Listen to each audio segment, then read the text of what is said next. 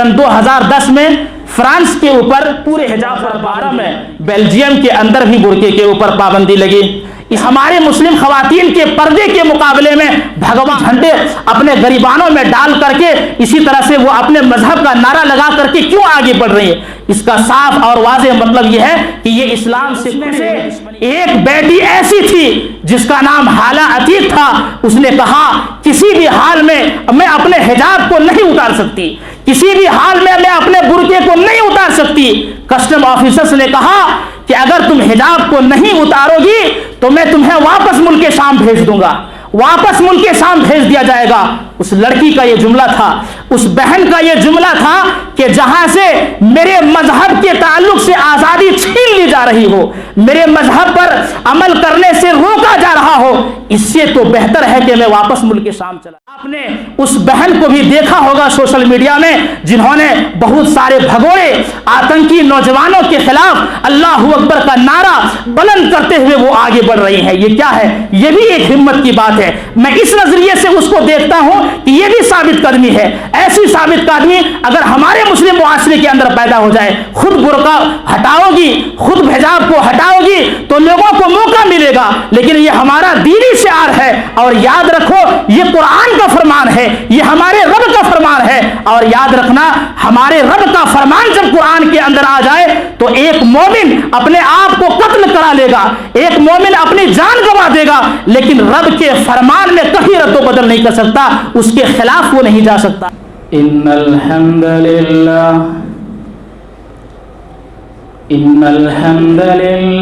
نحمده ونستعینه ونستغفره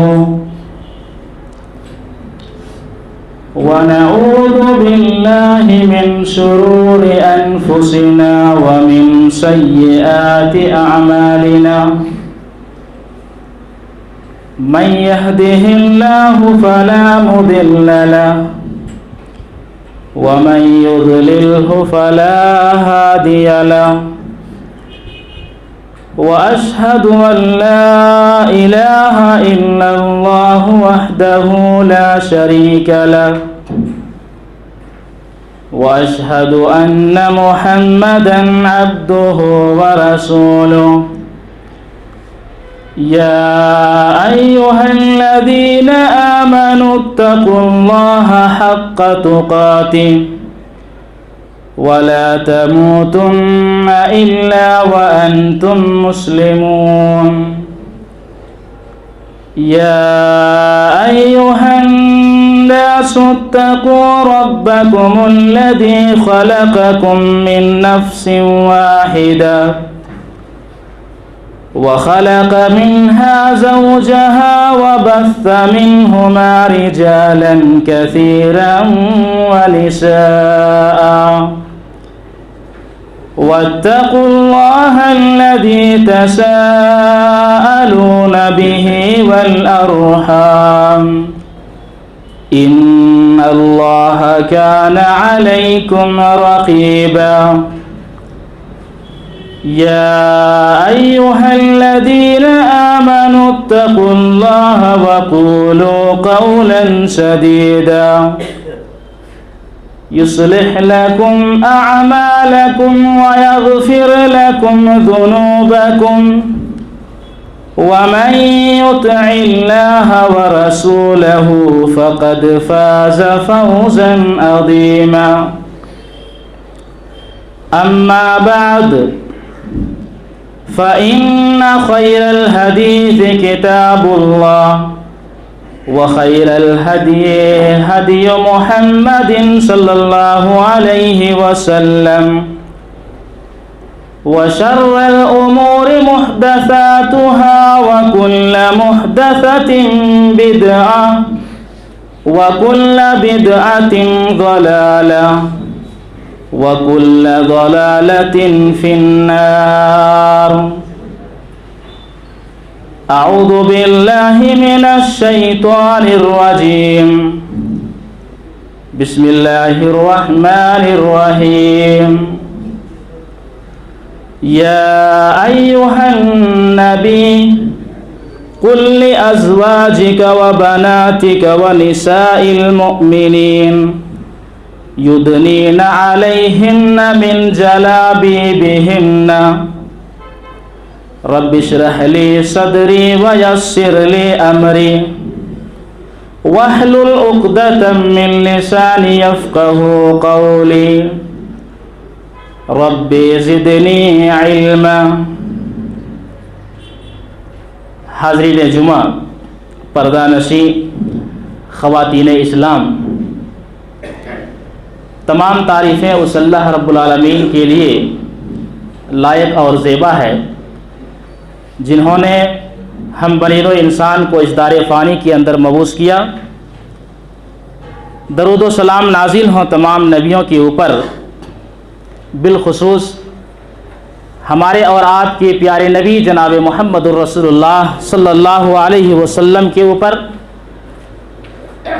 اللہ رب العالمین کا بے پناہ شکر و احسان ہے کہ رب العالمین نے ہمیں اور آپ کو عقیدہ توحید جیسی عظیم دولت سے مالا مال کیا. اس پر جتنا بھی اللہ رب العالمین کا شکر ادا کیا جائے کم ہے. زندگی گزارنے کے طریقے ہر موڑ پر، ہر محاذ پر کب کیسے کیا کرنا ہے، وہ تمام طریقے جناب محمد الرسول اللہ صلی اللہ علیہ وسلم کے ذریعے ہمیں اور آپ کو بتلا دیے گئے ہیں. دین اسلام ایک مکمل دین ہے، اس میں کمی بیشی کی کوئی گنجائش موجود نہیں ہے. جو بھی اس کے احکام ہیں وہ اللہ رب العالمین کے ہیں، یہ کسی انسان کے بنائے ہوئے قانون نہیں ہیں. کوئی انسان کہے کہ اسلام میں کچھ چیزیں ایسی ہیں جو خود سے بنائی گئی ہیں یا گھڑی گئی ہیں، تو یہ سراسر جھوٹ اور سفید جھوٹ ہے. کیونکہ جب شریعت کے نازل کرنے والے نے اس شریعت کو نازل کیا ہے، وہ احکم الحاکمین رب السماوات والارض ہیں، تو یہ اسی کے بنائے ہوئے قانون ہیں. لہذا ہماری شریعت میں کوئی بھی ایسی چیز نہیں ہے جس کے بارے میں ایک ادنا سے بھی شک کی گنجائش ہو کہ یہ کسی انسان کے بنائے ہوئے فارمولے یا کسی انسان کے بنائے ہوئے قانون ہے. ایسا ہرگز نہیں ہے. جو بھی یہاں پر قانون ہے، چھوٹی سی چھوٹی ہو یا بڑی سی بڑی چیزیں ہو، وہ تمام چیزیں اللہ رب العالمین کے بنائے ہوئے ہیں، جس میں ہمیں اور آپ کو عمل کرنے کے لیے کہا گیا ہے. خطبہ جمعہ کا موضوع آج کے اس خطبہ جمعہ میں حکم ربی حجاب کے سلسلے میں انشاءاللہ کتاب اللہ اور سنت رسول صلی اللہ علیہ وسلم کی روشنی میں بڑی اہم اور قیمتی باتیں رکھی جائیں گی. آج کے ہمارے اس دور میں جیسا کہ جو ٹاپک موضوع بحث بنا ہوا ہے وہ آپ اچھی طرح سے جانتے ہیں کہ ایک بار پھر سے حجاب اور برقعے کے اوپر پابندی کے سلسلے میں یہ بازار بہت گرم ہوتے ہوئے نظر آ رہا ہے. پچھلے دنوں میں آپ نے سوشل میڈیا کے ذریعے خود مشاہدہ کیا ہے، چونکہ آج کے اس دور میں کوئی بھی بات پوری دنیا میں پہنچانے کے لیے کوئی مشکل کام نہیں ہے. بہت ہی آسانی سے چند منٹوں میں وہ باتیں پوری دنیا میں وائرل ہو جاتی ہیں. یہ حجاب کا مسئلہ ہمارے پورے ہندوستان کے اندر کہیں نہ کہیں کسی شکل میں اٹھتے ہی رہتا ہے، لیکن ابھی جو مسئلہ اٹھا ہے وہ ہمارے ہی اس ریاست سے ہے. اس میں انشاءاللہ العزیز ہم آپ کو بتانے کی کوشش کریں گے کہ یہ جو حجاب ہے یہ کسی انسان کے بنائے ہوئے قانون نہیں ہے کہ کوئی آدمی کہے کہ بھائی ایک ایسے ہی یونیفارم کے طور پر اسے بنا دیا گیا ہے، کسی انسان نے اسے لاگو کر دیا گیا ہے. ایسا بالکل نہیں ہے. جو حجاب ہے یہ حکم ربی ہمارے اور آپ کے رب کا حکم ہے. جب ہمارے اور آپ کے رب کا حکم آ جائے گا تو پھر کسی کی نہیں چلے گی. اس میں ذرہ سے بھی رد و بدل نہیں کی جا سکتی ہے، ذرہ سے بھی اونچ نیچ نہیں کی جا سکتی ہے، 1 انچ بھی اس سے نہیں ہٹا جا سکتا ہے. کیونکہ ہمارا ایمان اور عقیدہ ہے کہ تمام قانون میں سب سے بہترین قانون وہ اللہ رب العالمین کا ہے. اور اللہ رب العالمین جب کسی قانون کو نازل کرتا ہے یا کسی قانون کے اوپر ہمیں اور آپ کو عمل کرنے کے لیے کہتا ہے تو یاد رکھیے اس میں خیر ہے، برکت ہے اور اس میں ہم سب کے لیے بھلائی ہے، اس بھلائی ہی کے لیے اللہ رب العالمین ایسے قانون کو نافذ کرتا ہے۔ تو جو قانون ہمیں اور آپ کو دے دیا گیا ہے، اس قانون پر ہمیں اور آپ کو پابندی کرنے کی ضرورت ہے۔ حجاب کے سلسلے میں آپ کو بتا دوں کہ جب کتاب اللہ اور سنت رسول صلی اللہ علیہ وسلم کے ماننے والے لوگ اس دنیا کے اندر سب سے پہلے خیر القرون کے زمانے میں اور اس کے بعد کے زمانے میں 4 صدی 5ویں صدی ہجری تک جب ٹھوس کتاب اللہ اور سنت رسول پر ماننے والے لوگ تھے، تو اس وقت یہ معاملہ اتنا نہیں اٹھتا تھا، بلکہ وہاں پر ہر ایک چیز کو قرآن اور سنت کی روشنی میں تول کر کے اس پر عمل کیا جاتا تھا، اور مجال ہے کسی کی کہ وہ اسلام کے کسی قانون کے خلاف اپنی زبان کو دراز کر دے یا اپنی زبان کو اونچی کر دے، ایسا کسی میں مجال، ہمت اور طاقت نہیں ہوتی تھی۔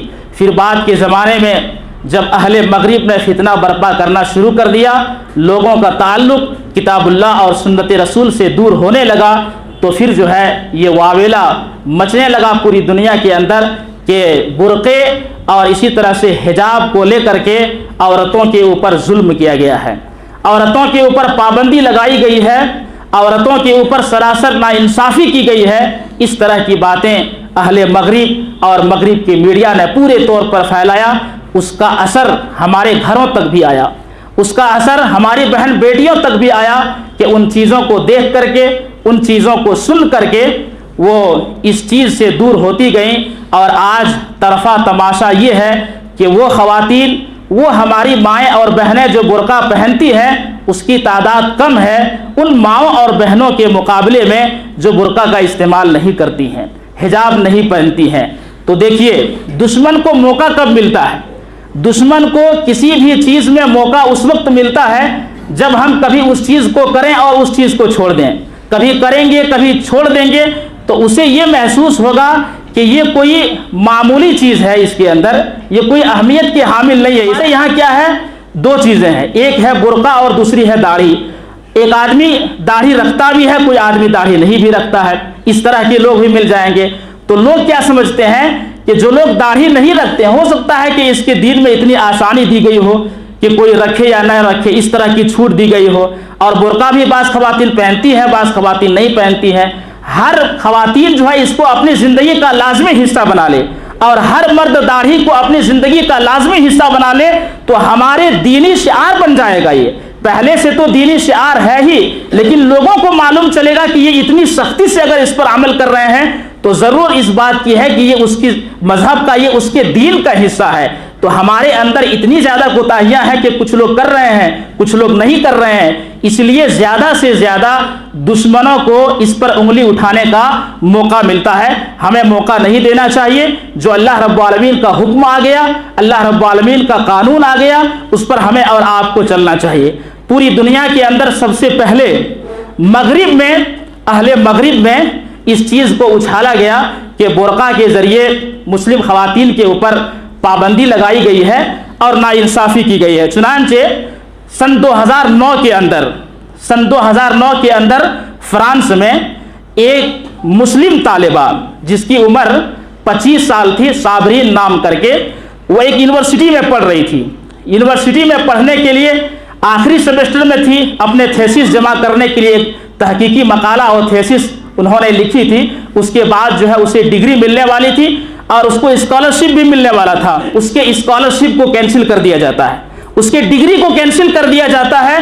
وجہ یہ ہے، سبب یہ ہے کہ یہ خاتون جو ہے برقع پہن کر کے آئی ہے، حجاب پہن کر کے آئی ہے۔ چنانچہ سن 2010 میں فرانس کے اوپر پورے حجاب پر پابندی لگا دی گئی۔ یہ ہے اس کی تاریخ۔ اس کے بعد جب آپ آگے پڑھیں گے تو ایک اور ملک کا نام آئے گا جس کو بیلجیم کہا جاتا ہے۔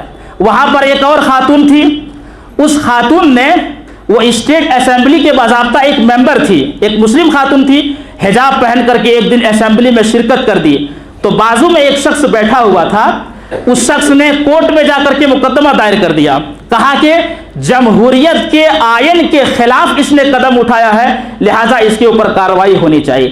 پھر نتیجہ کیا ہوا کہ سن 2012 میں بیلجیم کے اندر بھی برقعے کے اوپر پابندی لگی۔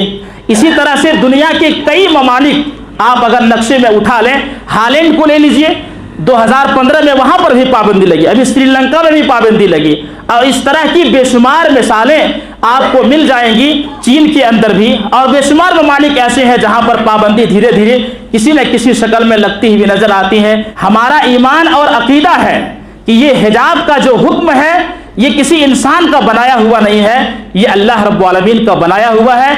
और ये लोग जो कहते हैं कि इसके जरिए औरतों के साथ नाइंसाफी की गई है, आइए मैं आपको बताऊं कि औरतों को इस दुनिया में जीने का तो कोई हक ही नहीं था। हमारे मौजू का ये भी हिस्सा है कि सबसे पहले हम आपको ये बता दें कि इस्लाम ही औरत का मुहाफिज है।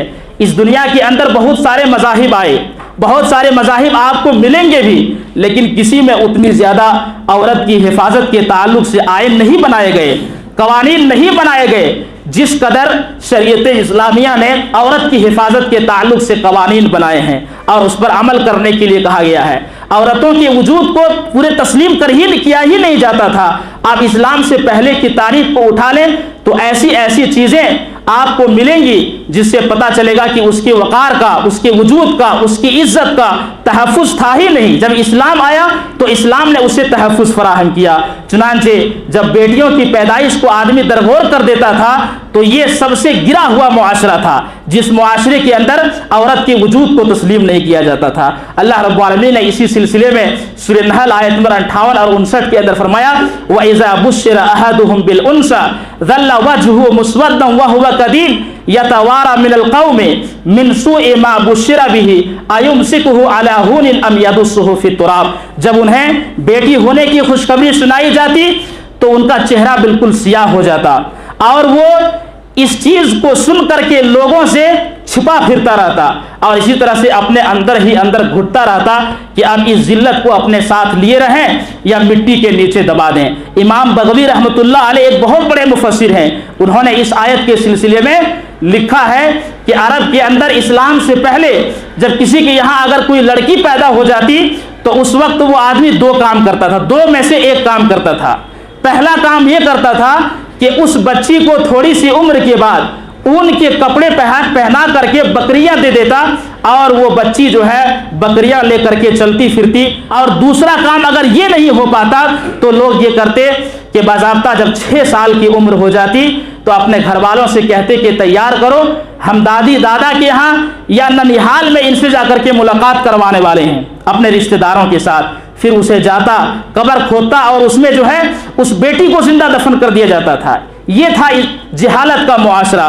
लेकिन जब इस्लाम आया तो इस्लाम ने इस चीज़ को हराम करार दिया, जैसा कि अल्लाह के नबी सल्लल्लाहु अलैहि वसल्लम की ये हदीस करीमा आप देख लीजिए। अनिल मुगीरा इब्न शुअबा क़ाल क़ाल रसूलुल्लाह सल्लल्लाहु अलैहि वसल्लम इन्नल्लाह हर्रम अलैकुम हुकूकल उम्महात व वअदल बनात रवाहुल बुखारी फी किताबिल इस्तिक़राज़। ये सही बुखारी किताबुल इस्तिक़राज़ की हदीस है। अल्लाह के रसूल सल्लल्लाहु अलैहि वसल्लम फरमाते हैं अल्लाह रब्बुल आलमीन ने तुम्हारे ऊपर हराम करार दिया है माओं की नाफरमानियों को और बेटियों को जिंदा दरगोर करने को। इस चीज़ को हराम करार दिया है, शरीयत इस्लामिया ने उसे हराम करार दिया। ये औरतें पहले जो है वरासत में हिस्सा नहीं पाती थी, बल्कि सिर्फ जितना मिलता था वो मर्द अपने पास रख लेता था। लेकिन जब इस्लाम आया तो वरासत ने उसे हिस्सा दिया। सूरह निसा आयत नंबर 7 के अंदर अल्लाह रब्बुल आलमीन ने फरमाया वलिर्रिजालि नसीबुम मिम्मा तरकल वालिदानि वल अक़रबून वलिन्निसाइ नसीबुम मिम्मा तरकल वालिदानि वल अक़रबून मिम्मा क़ल्ला मिन्हु औ कसुरा नसीबम मफ़रूज़ा। जो माल छोड़ जाएं उनके वालिदैन या करीबी रिश्तेदार तो मर्दों की भी हिस्सा है, और जो उनके वालिदैन और करीबी रिश्तेदार माल छोड़ जाएं तो उसमें औरतों का भी हिस्सा है। मिम्मा कल्ला मिन्हु औ कसुरा, चाहे माल थोड़ा हो या ज़्यादा हो मर्द को भी मिलेगा, औरत को भी वो माल मिलेगा। ये जो है इस्लाम ने उसे दिया और कहा नसीबम मफरूज़ा, ये अल्लाह रब्बुल आलमीन की तरफ से मुकर्रर कर दिया गया है हिस्सा, उससे मिलना ही मिलना है। किस कदर इस्लाम ने उसे मकाम दिया आप उसका अंदाज़ा लगा सकते हैं। औरत की इज्जत का कोई परवाह नहीं किया जाता था। एक बाप अगर मरता तो एक बेटा अपने सौतीली माँ से निकाह कर लेता था बाप के मरने के बाद। इतना गंदा मुआशरा था। अल्लाह रब्बुल आलमीन ने इस सिलसिले में भी कुरान मजीद के अंदर इरशाद फरमाया सूरह निसा के अंदर कि वला तनकिहु मा नकहा आबाउकुम मिनन निसा, तुम्हारे बापों ने जिन औरतों से निकाह किया है तुम उन औरतों से निकाह मत करो। इस तरह से इस्लाम ने उसे इज्जत फराहम किया और इस्लाम ने उसे तहफ़्फ़ुज़ फराहम किया। हर एक औरत की, या तो वो किसी की बेटी होगी, या फिर किसी की माँ होगी, या फिर किसी की बीवी होगी। इस तरह से हर एक नाहिए से जब आप देखें एक एक को उठा करके, तो आपको पता चलेगा उसके कितने सारे हुकूक दिए हैं। ये सारी बातें अवाम के सामने आनी चाहिए कि इस्लाम ने किस कदर औरतों का हक दिया है, ताकि वो लोग जो हमेशा ये कहते हैं कि बाज़ाब्ता नाइंसाफ़ी की गई है, उसके साथ जुल्म किया गया है, इस चीज़ पर पाबंदी लगे। आप कुरान और अहादीस को उठा करके देखें तो आपको पता चलेगा कि बेटियों का कितना मर्तबा बयान किया गया है। अल्लाह के नबी सल्लल्लाहु अलैहि वसल्लम का फरमान सुनिए, मन इब्तुलिया मिन हाज़िहिल बनात बिशैइन फ़अहसन इलैहिन्ना कुन्ना लहु सित्रम मिनन नार, रवाहुल बुखारी फी किताबिज़ ज़कात। ये सही बुखारी किताबुज़ ज़कात की हदीस है। अल्लाह के रसूल सल्लल्लाहु अलैहि वसल्लम फरमाते हैं, बेटियों के ज़रिए जो आजमाया गया और वो उसके साथ हुस्न सलूक करे तो उसके लिए जहन्नम से आड़ बन जाएंगी। ये बेटियां जहन्नम से आड़ बन जाएंगी। अल्लाह के नबी सल्लल्लाहु अलैहि वसल्लम ने सही मुस्लिम किताबुल बिर व सिला के अंदर ये हदीस भी बयान की, कहा मन आला जारियतैन हत्ता तबलुगा जा यौमल क़ियामा अना व हुवा व दम्मा असाबिअहु, जो दो बेटियों की परवरिश करे यहाँ तक कि वो बालिग हो जाएं और अच्छी परवरिश पर दराख्त गए, तो क़यामत के दिन वो और मैं ऐसे आएंगे। आपने इन दोनों उंगलियों को जोड़ करके बताया, ये है मकाम और मर्तबा। जब माँ की बात आती है, एक सहाबी रसूल ने अल्लाह के रसूल सल्लल्लाहु अलैहि वसल्लम से पूछा कि मेरे हुस्न सलूक के सबसे ज़्यादा मुस्तहिक़ कौन है? कहा तुम्हारी माँ। फिर पूछा तुम्हारी माँ, फिर पूछा तुम्हारी माँ, आखिर में कहा तुम्हारे बाप। 3 दर्जा अगर माँ को दिया गया हो तो एक औरत को किस कदर फजीलत दी गई है, उसका अंदाजा आप यहाँ से लगा सकते हैं। एक औरत अगर किसी की बीवी बनती है तो इस्लाम ने ये अथॉरिटी दी है कि जब उसके निकाह होंगे, शादी होंगे, तो उसकी इजाज़त ली जाएगी। इजाज़त लिया जाना ये दरअसल उस औरत के शान की बात है।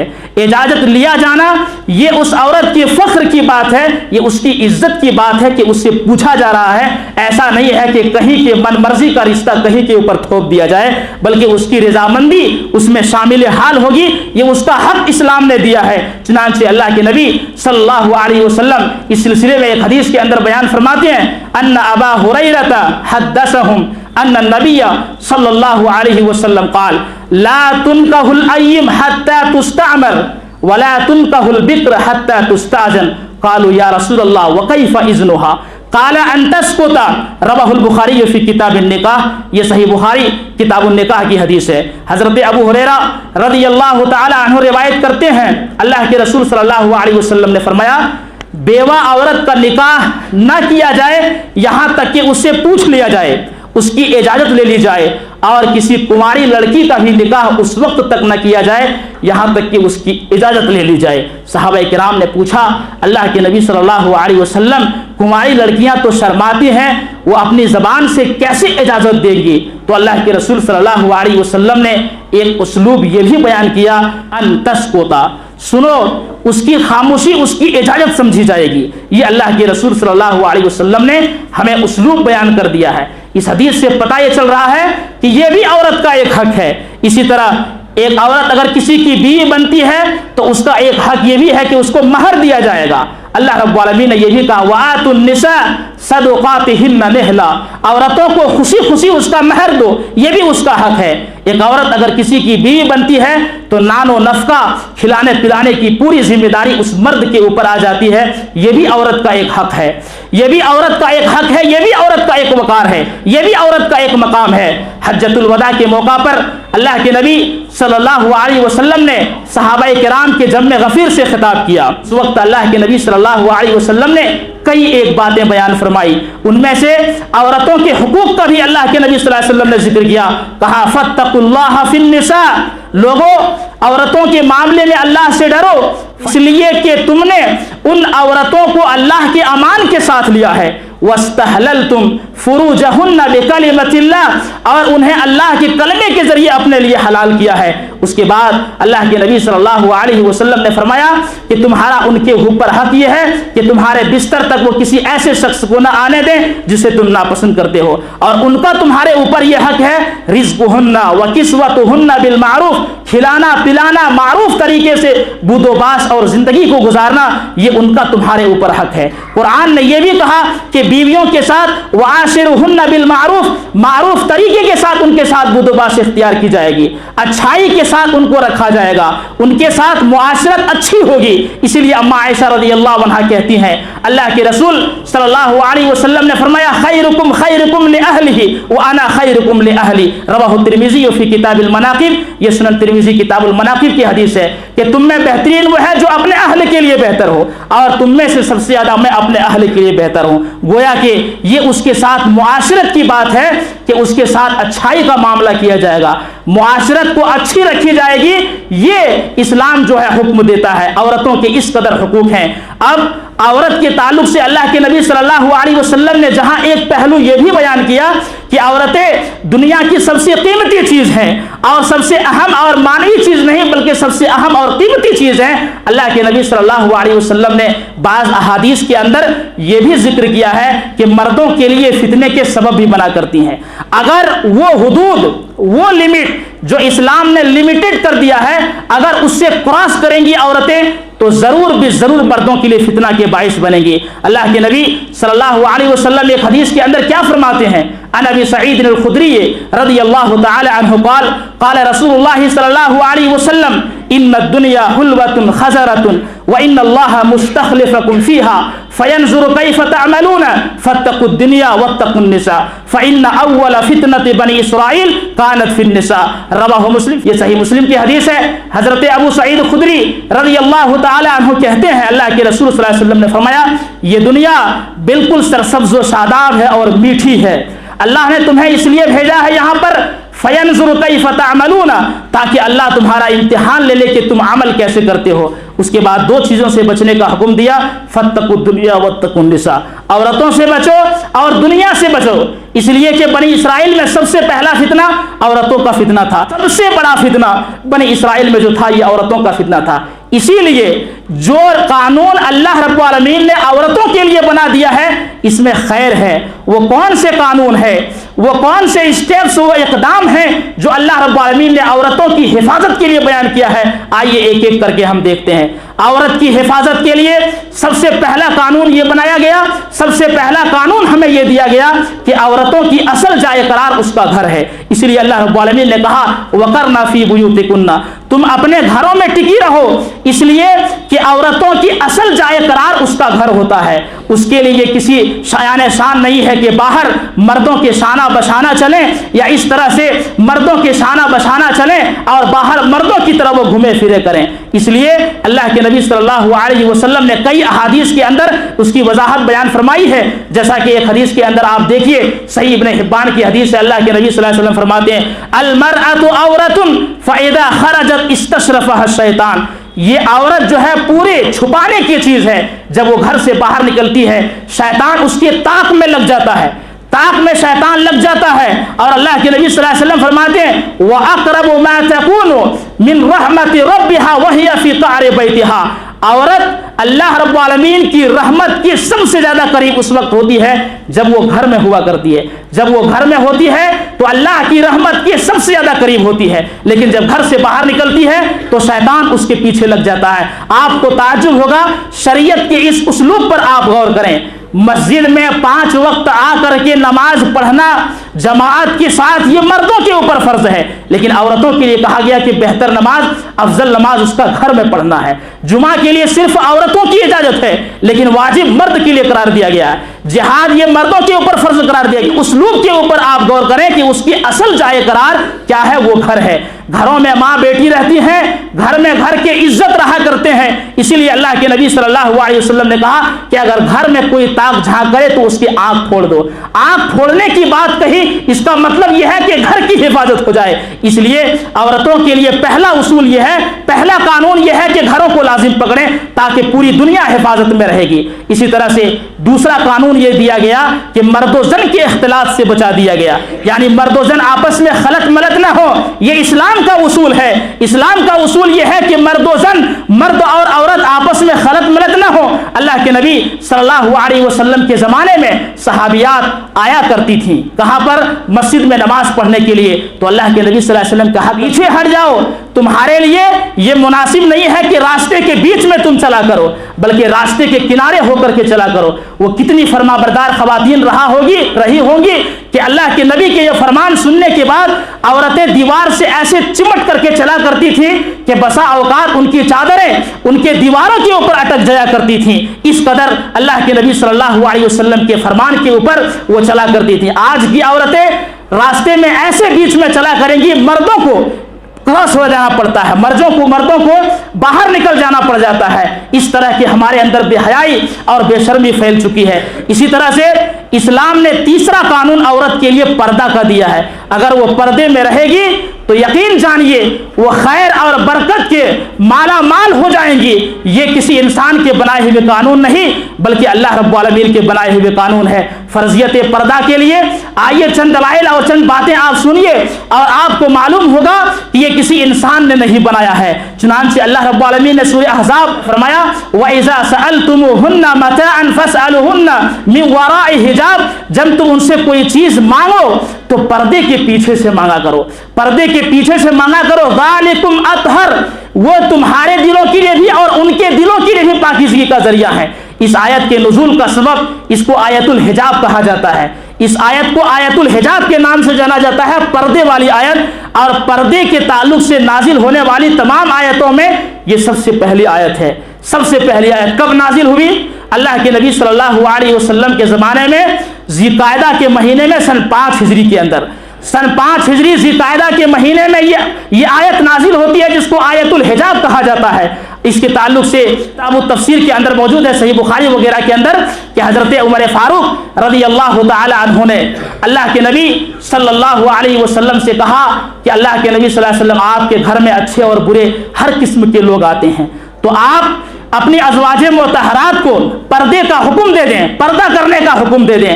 تو اللہ رب العالمین نے آسمان سے حضرت عمر فاروق رضی اللہ تعالی عنہ کی موافقت کی اور پردہ والی یہ آیت نازل کر دیا. پتہ کیا چلا؟ کئی ایسے مقامات شریعت کے اندر ہیں جہاں پر اللہ رب العالمین نے حضرت عمر رضی اللہ تعالی عنہ کی موافقت کی ہے. یہاں وہ وقت نہیں ہے کہ وہ ساری باتیں ہم آپ کے سامنے رکھ سکیں, ان میں سے ایک یہ ہے.